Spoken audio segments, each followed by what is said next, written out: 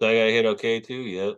Yeah, you don't have to worry about that. You don't have to record your Uh, end. I'll just make sure I record I want to record my end because I don't need anything bad from. No, just kidding. it.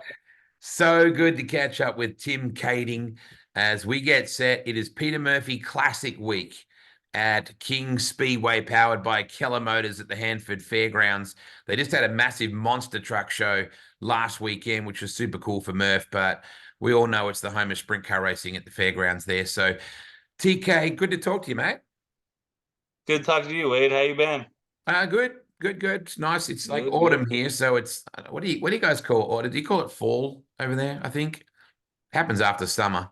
Yeah, fall. You fall because you fall back. The whole time change thing back here, but You fall you fall over. back, spring forward. So it's yeah, it pretty much fall into a pool or something to that nature. That's what I did this winter. So it's been good times. It's always a good time with you, mate. Thank you to Cherie, by the way, for hooking us up with the technology for you to do this. Because if I relied on you to set up Zoom, well, you know, it's all good. We'd probably be riding a motorcycle somewhere. Or a snowmobile, because we know that's one of your great mates' passions in Dave Lunstra. Uh, man, what a cool cat. Oh I yeah. know, we're going to talk about the Peter Murphy Classic, but I got to shout out to Dave Lunstra, man. What a guy.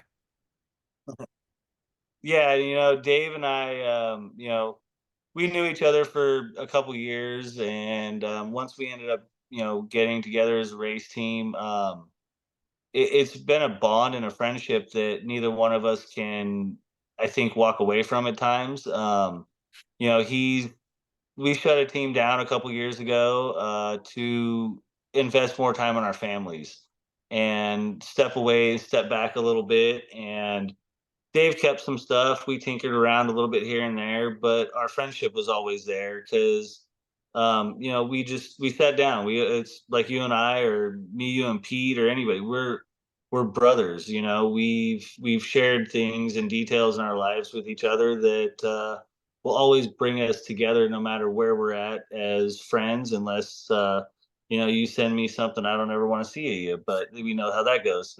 Well, we know that that's already happened, so I think we can move past that. You are driving the Maury Williams O car, the Zero, the Ashley Smith Zero, which is super appropriate for Peter Murphy because Murph had a phenomenal friendship and time as a driver for Maury in that car. So this weekend you run on that car in Murph's race is super cool. Yeah, it is. With Katie continue to run the team this year. Ashley called and asked me if I'd join them with for the year to run, a bunch of the races out here in California that we could. And Ashley I've known for years, Katie I've always known for years, and they're a tight knit group and they've been together for a long time. The opportunity arose, and it was an opportunity that is a family oriented team where Ashley brings his kids with him. They're involved in the racing. My son comes to the racetrack. He's involved with the race car. Katie makes her famous Katie's cookies and brownies and goodies. So, my son gets sugared up. We all get sugared up, go race a little bit, have some fun. Hopefully one of these nights we can get a little bit of luck on our side. But we got a fast race car right now. We need a little bit of luck, and hopefully we can knock that monkey off our back this weekend at the Peter Murphy race. Now, Murph has a phenomenal way of doing things. He's kind of loved in three countries, New Zealand, Australia, of course, and the USA. So he brings a perspective in promoting the race, TK, from all those different corners of what he loves about sprint car racing. How does that, as a racer, how do you feel he's making an impact with the Peter Murphy Classic? Why is it different? The biggest thing is it's I think one thing that there's not a lot of in the States is the fan interaction, with allowing fans to come in and be more involved with, the just the aspects of every corner that racing comes from. I've not really been to New Zealand, so I don't know the atmosphere there. I know the atmosphere in Australia. I know the atmosphere from the East Coast to the West Coast, and if you can change it up a little bit, a lot of people don't like change, but it's something that's needed in certain different aspects of sports, and Pete brings that love and desire of racing and motorsports that he's been involved in through his whole life, and he wants to build it. He wants to build a new repertoire of what racing can be to involve the fans, such as a drag race, the way they do it in drag racing, and certain aspects of that, where hey, if we have a fuel stop, you stop on the front stretch, you don't spread out everywhere. Everybody stops in one area. Everybody gets to watch what every team does differently to their race car under that red flag or whatever aspect needs to happen. And, fans don't get to see that a lot. They don't get to interact in the pits more during the beginning of the night or the end of the night. And if you can do that, it's going to bring a new perspective towards, what people see and how they dictate our sport anymore. If they want to be more involved or they want to be, less involved, whichever way they want to go. But he's giving it the valiant effort of trying to get the fan back in the front gate instead of, you know, Yeah. being a streamed race or anything to that nature. Pole shuffle is unique to the Peter Murphy Classic as well. You've raced in a few of those in Australia. It's the old Mad Max Beyond Thunderdome, 2 men enter, 1 man leave thing. It beats the sugar honey iced tea out of a dash all day, every day, because it's unpredictable and you can come from position 8 to start on pole. That doesn't happen in a dash very often, TK. No, it doesn't, and like you said, being involved in those, I think it brings back memories of me as a kid as the grudge matches that you got to see, like it's I think that's something that, you don't see anymore. You don't see that grudge match that you have between the two fastest guys, hey, who's gonna slide that guy or who's gonna drive it in that much harder. You know, you don't you we got away from that aspect of it. I think because, I just me being in the sport for 35 years now, or 40 years, my whole life, but being acclimated and knowing the differences, it's it's showing me that, the grudge races put on better shows back in the day. You had more fans. It brought the good guy against the bad guy. And that's what the sport is lacking at times anymore is you don't have that villain and you don't have the good guy anymore. Everybody's almost the same. And if you have a grudge match like that, hey, guess what? Now you're going to have the good guy and the bad guy because you have two guys, not Yeah. eight guys. And you Yeah. get to pick that one or two guy. Like, all right, we know how this guy races. We know how this guy races. What's going to happen at the other end? Who's going It, to give?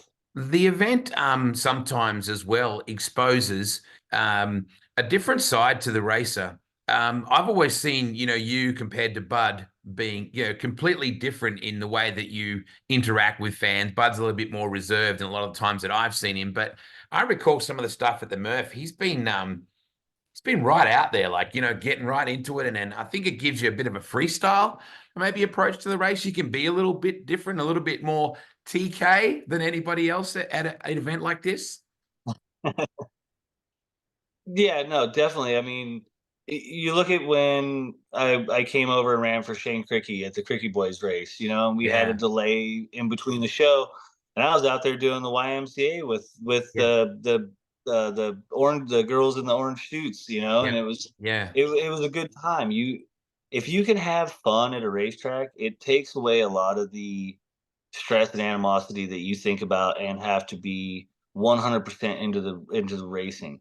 No, because it's an environment, and if you can separate all that stuff mentally, it's just going to make for a better show for everybody. And if I'm having fun, everybody's going to have fun because you gave me the self-proclaimed title of the governor of good times, Yeah. so we got to go for it. I mean, if I can dance around and have fun, I mean, I work a normal 9 to 5 job. If I see homeowners, I say, "Hey, don't worry about me in your backyard because I have my headphones on. I'm dancing around. I'm having a good day." So and most people ask what I listen to, and it just dictates my day, which way I want to go with what music I want to feel like. So if we can include fans and include Yeah. drivers to where there's more interaction, um, all you're going to do is build the sport, and that's what Pete wants. That's all Pete's ever wanted to do with this sport is build it up to what it was when he was here competitively racing, and you had crowds, and you had the draw into the racetrack again, and that's what the I think a lot of people need is the experience, not the enjoyment anymore. They want the experience of what they're doing Yeah. if they're going to go spend their money anymore. And your boy is a good example of this, Tim. He's now at the age where he understands the difference between going to a race and having a good time. And Oh, Murph laid that out for the kids. It's a big thing about kids being a part of this show and families being a part of this show. That's one thing I've always loved, that he's always taken that aspect. And New Zealand is very good at this stuff too, Tim. Like, I mean, Western Springs in particular is phenomenally big. Like, still, uh, almost 20,000 people at midget races and things like that. So he knows that kids are an important part in how you interact with them. oh, definitely. I mean, the biggest thing I remember being a kid growing up was the the freedom that you had at a racetrack at times. You know, as a kid, your parents let you run around. You had fun. You had your racetrack friends, and you don't see a lot of kids at the racetrack anymore because it's so expensive for an entire family to get to a racetrack anymore, anywhere. Across any part of any state, any country. With the way everything is right now, it's hard to get families out. And if you can get the kids there for reasonable, and you get everything this way, that way, you're you're going to get the families in there. It's if you get families into a racetrack, one, you're creating memories. Two, you're creating a fan for life. And three, potentially somewhere down the road they could get into racing and Absolutely. keep themselves out of trouble or anything to this nature. And being in California, we're such a technology advanced state, and everybody does everything with computers or this or Yeah. that.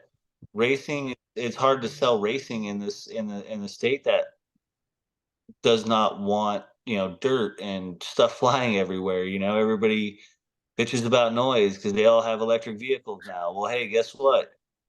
If you grew up in the 70s, you want something that rocks and rolls when you get underneath it, and it shakes parts of your body that Yeah. you go to drag races, what gets it going. Oh, When those yeah. things light up, they shake you every which way. But Yeah. Over so your shoulder is a very cool painting. It, are there yeah, that's many, awesome. are there many That teams you was haven't driven for in California, mate? Wow. probably about 10. Yeah. This is probably what everybody knows me as, is driving the Dennis and Teresa Roth '83 car for a lot of years out here. I drove for Duke and Scotty McMillan Yeah. for quite I think 4 years. Mike Cosper, Rick Wright. I had good runs with them. Terry Cowan in the 7T car, Rod Tyner off and on. Before I got back in the zero car in 2002, I drove the zero car twice, and we went 2.5-0. Ashley had they had to put on a exhibition, like aggression session, and they watered down the front stretch at Tulare, and we went out there and just Dennis Moore was driving the car, and Maury told Oh. him you can't do it, and so they Ashley ended up putting me in the zero car, and I went out there and just blistered the thing around. Never, didn't do anything crazy. I mean, just donuts, wheelies, stuff like that, like I normally can do in one. And they're splitting the money up. I split the money with the other guy that did it, just to be fair with them.